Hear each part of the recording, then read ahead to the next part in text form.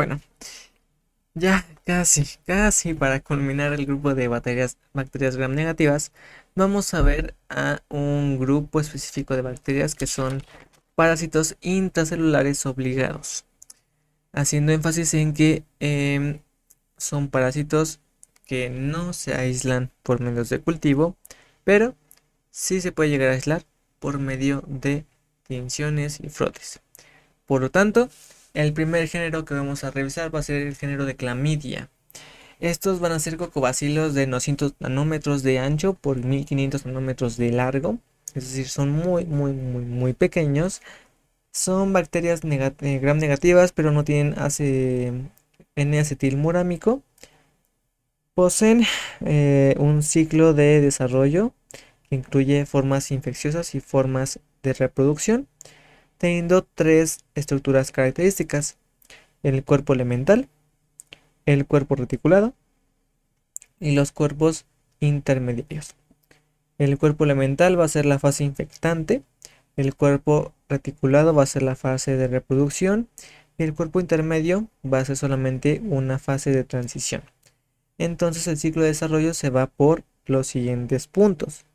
Primero entra el cuerpo elemental. Posteriormente se deja fagocitar y dentro del fagocito inhibe su destrucción y maduran hacia cuerpos reticulados. Estos cuerpos reticulados se multiplican, posteriormente ya multiplicados van a madurar hacia cuerpos elementales y van a provocar una lisis de la célula y una salida de esos cuerpos elementales para contagiar células adyacentes. Cabe aclarar que para la reproducción de los cuerpos reticulados requiere específicamente del ATP de las células. Y su detección se va a hacer mediante la tinción de cultivos celulares con Maquiavelo, Jiménez, Castañeda o Yemsa, transmitido generalmente vía oro fecal. Vamos a hablar específicamente de uno, que es Clamidia psittaci. Esta clamidia es una bacteria que es zoonótica. De hecho, me acabo de dar cuenta que está mal escrita. Es clamidia, empezando con CH, no CL. Em, es una zoonosis encontrada principalmente en aves, pero que puede llegar a afectar cualquier otro animal. Está asociado a un aborto enzótico de ovejas y un aborto clamidial en bovinos, provocando una gran cantidad de signos, los cuales no son patognomónicos de la enfermedad. En humanos hablamos de la ornitosis o la citacosis, y la fuente principal de infección van a ser heces, que causando, bueno, que estando secas van a causar una conjuntivitis, pero que estando húmedas y tener un contacto fecal oral podemos llegar a causar infecciones de tipo sistémico. Por otro lado, se puede llegar a causar abortos en mujeres, pero bueno, en casos muy extremos es muy poco probable. En aves presentan problemas de tipo respiratorios, como encefalitis también, pericarditis, conjuntivitis e infecciones intestinales, confundido muy comúnmente con coriza infecciosa de las aves. Sin embargo, Avibacterium paragallinarum tiene otros signos característicos. Muestras puede llegar a ser como muestras de aborto, en el caso de cotiledones, el corión, hisopados vaginales y superficies húmedas del feto. En el caso de que observemos una poliartritis, podemos llegar a ser aspirados de líquido sinovial, o en el caso de una conjuntivitis, podemos llegar a ser también hisopados. Y en infecciones sistémicas, si el animal murió, pues tomamos pruebas o muestras de pulmón, hígado y vaso. El aislamiento se va a hacer mediante el frotis a partir de una impronta con tinciones, y se observan la coloración que toma la célula por las bacterias, ¿de acuerdo? En el caso de clamidia, vamos a observar estas vacuolas de inserción, ¿de acuerdo? Sobre todo en neutrófilos. De hecho,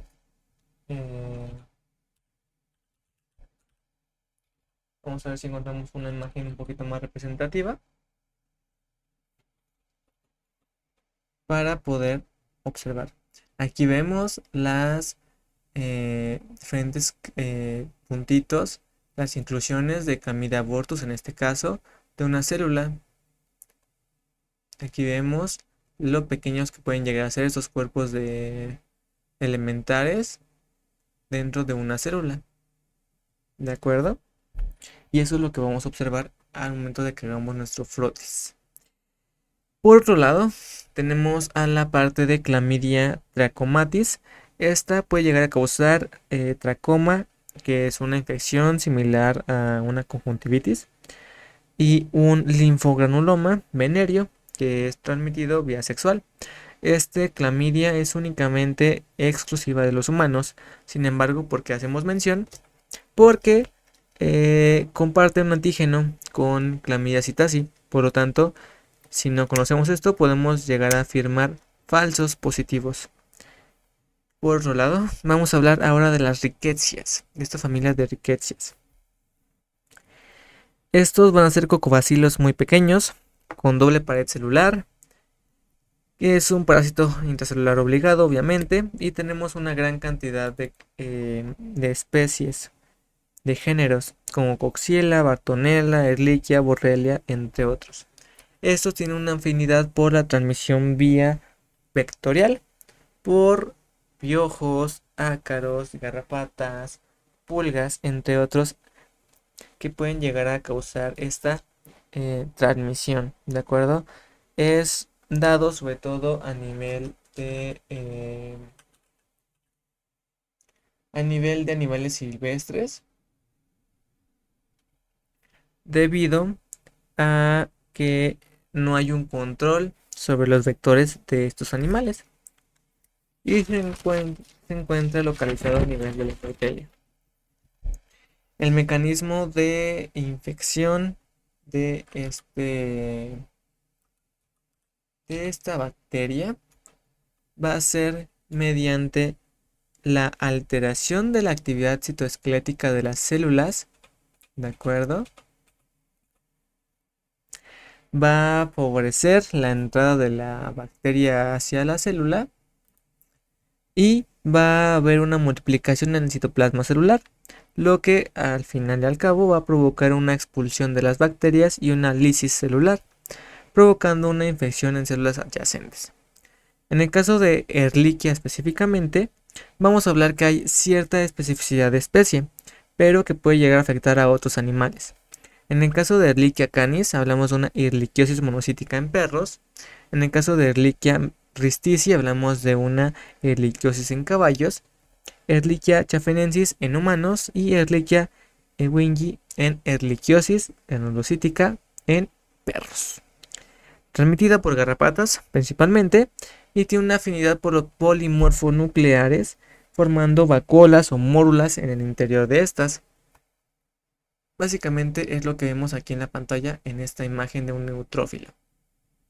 Esta vacuola que está aquí, señalada con una flecha, es la mórula que encontramos en una tinción por Wright, en este caso. ¿Qué signos nos puede dar una ehrlichiosis? Signos, bueno, así que muy genéricos, como hemorragias, signos respiratorios, uveitis anteriores, retinopatías, signos locomotores y neurológicos, insuficiencias renales, infertilidades en hembras y presencia de abortos, esplenomegalia y hepatomegalia. Sin embargo, la característica es que todos presentan hemorragias, así que hay que tener mucha cautela con eso. El diagnóstico se da mediante frotis sanguíneo, pruebas de SNAP con papeles de nitrocelulosa que dan un diagnóstico muy rápido, PCR, ELISA, entre otros. Por su parte, cuando hablamos de anaplasma, hablamos de que es muy común encontrarlo en rumiantes. Esta anaplasma, a diferencia de la ehrlichiosis, tiene una afinidad específica por los eritrocitos.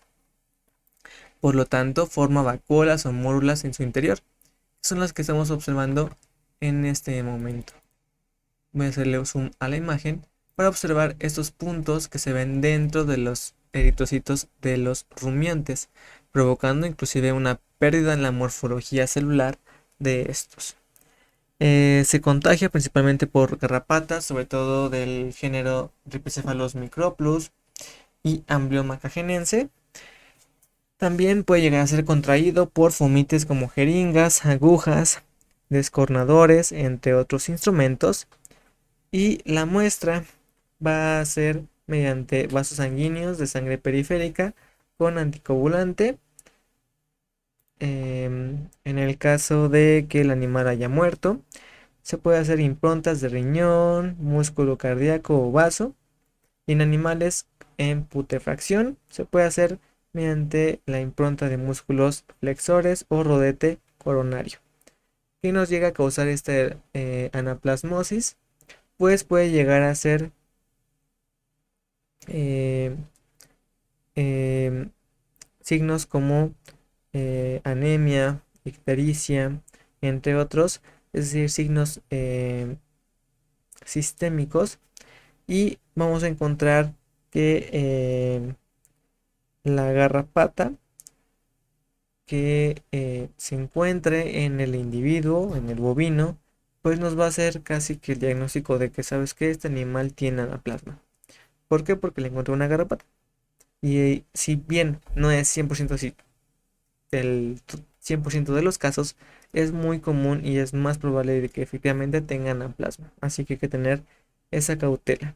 La enfermedad se llega a producir de 30 a 45 días y el diagnóstico se puede hacer mediante tinciones de Gray o Giemsa, ELISA o PCR.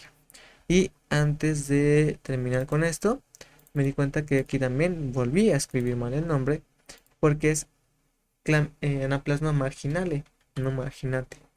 Así que hay que tener cuidado con eso. Me disculpo por el error, pero bueno, aquí podemos observar la imagen y el nombre correcto de esta anaplasma. Entonces, con esto culminamos la parte de bacterias gram negativas intracelulares. Estamos a un pasito más de terminar la parte de bacterias gram negativas. Así que falta muy poquito y faltaría uno o dos videos como máximo, pero ya casi acabamos.